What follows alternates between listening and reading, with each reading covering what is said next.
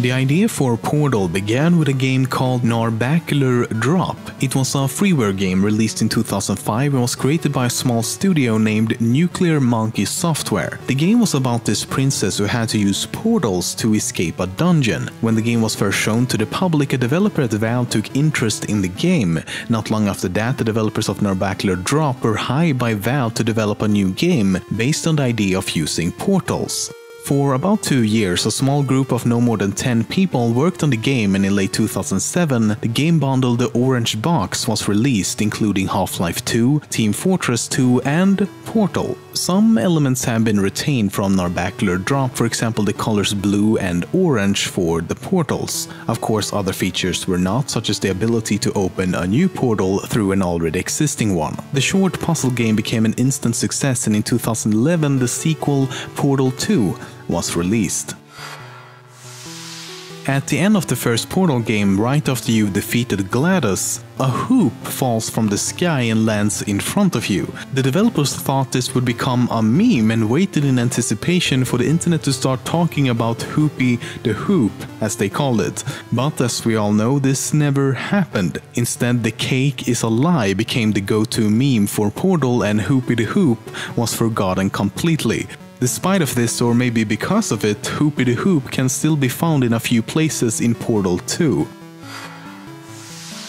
During Chapter 6 in Portal 2, you can find a secret door in an office that leads to a dry dock. This is where Aperture Science built and developed the ship Borealis that just mysteriously disappeared one day. You might be wondering why they would build a ship several kilometers underground. Well, this ship, Borealis, had some form of localized teleportation or long-range portal device that could potentially teleport it anywhere. However, this wouldn't make much sense to you if you haven't played Half-Life 2 Episode 2, so let's take a look.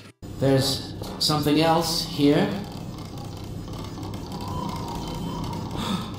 It's the Borealis! Good God. Incredible! What? The Borealis? It's real? Oh yes, quite real, despite its almost legendary stature. Our peers at Aperture Science were at work on a project of some promise. In Chapter 5 in Portal 2, you can find a turret that gives you various clues as to what's going to happen later in the game. Get mad. Don't make lemonade. Prometheus was punished by the gods for giving the gift of knowledge to man. He was cast into the bowels of the earth and pecked by birds. It won't be enough. The answer is beneath us. Her name is Carolyn.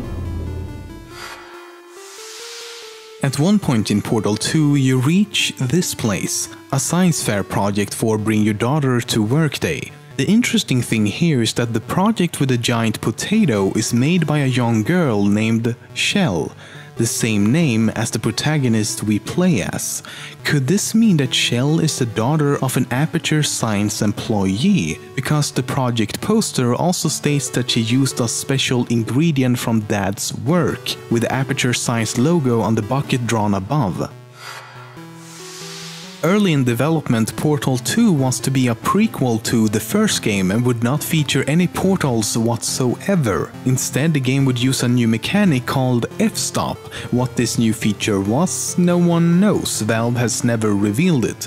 But when every single playtester reacted negatively towards the decision of having a Portal game without portals, Valve realized their mistake and we got the sequel we see today. What we do know about this early version is that the game was supposed to take place in the early days of Aperture Science during the 1950s, and instead of GLaDOS, the founder Cave Johnson was supposed to be the main antagonist of the game.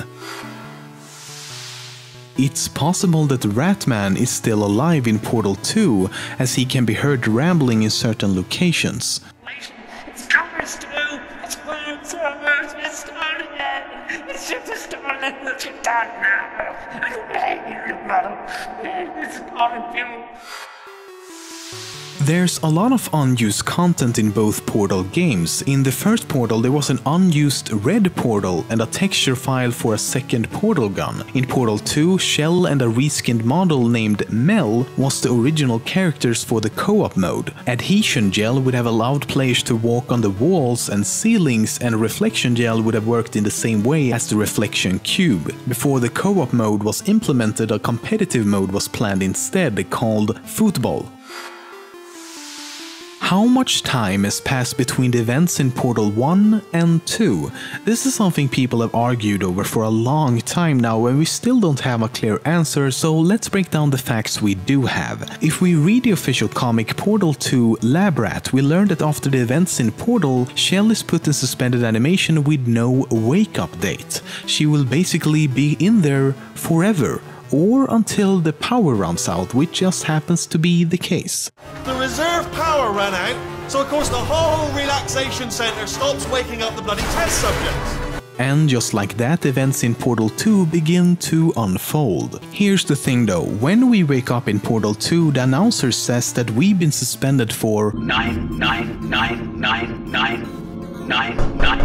something. He doesn't indicate if he means hours, days, or maybe years. But as we were previously suspended for 50 days, you have been in suspension for 50 days. Let's assume that he's talking about days this time around as well. Now, there's several ways we could interpret this. For example, it might be complete bullshit for a number of reasons. For one, it could be Valve's way of saying it's been a very long ass fucking time since all this shit went down. Or it could be an error with the software, maybe 99 or 999 was the limit and it just kept on repeating itself after that.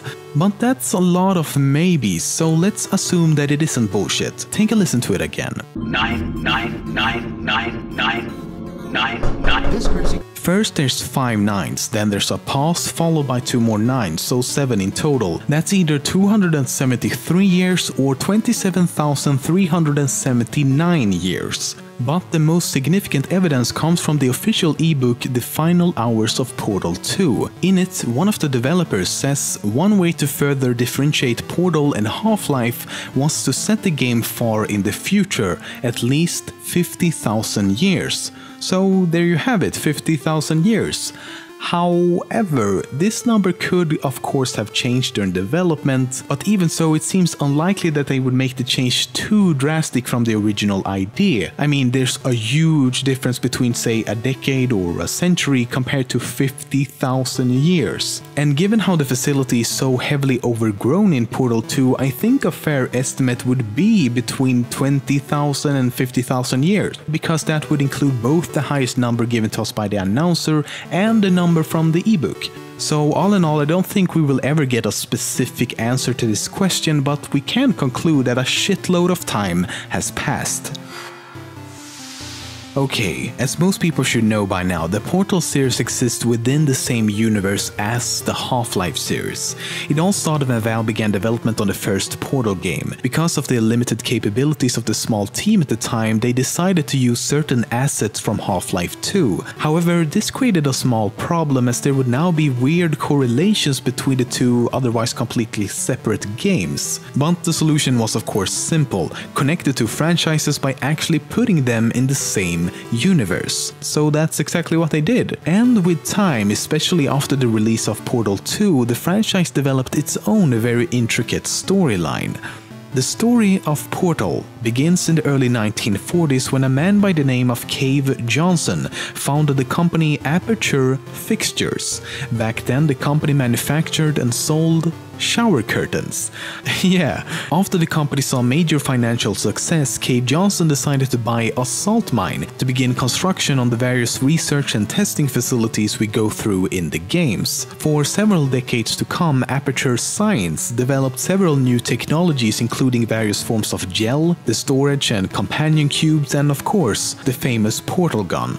However, when Johnson tried to create a new substance using moon rocks called conversion gel, he accidentally contracted a fatal illness and his mental health quickly worsened.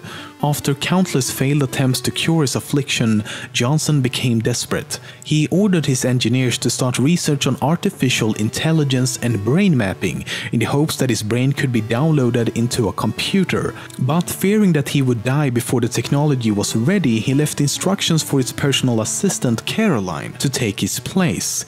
In the end, Caroline did indeed download her brain into the computer and became GLaDOS. But of course, things didn't exactly go as planned.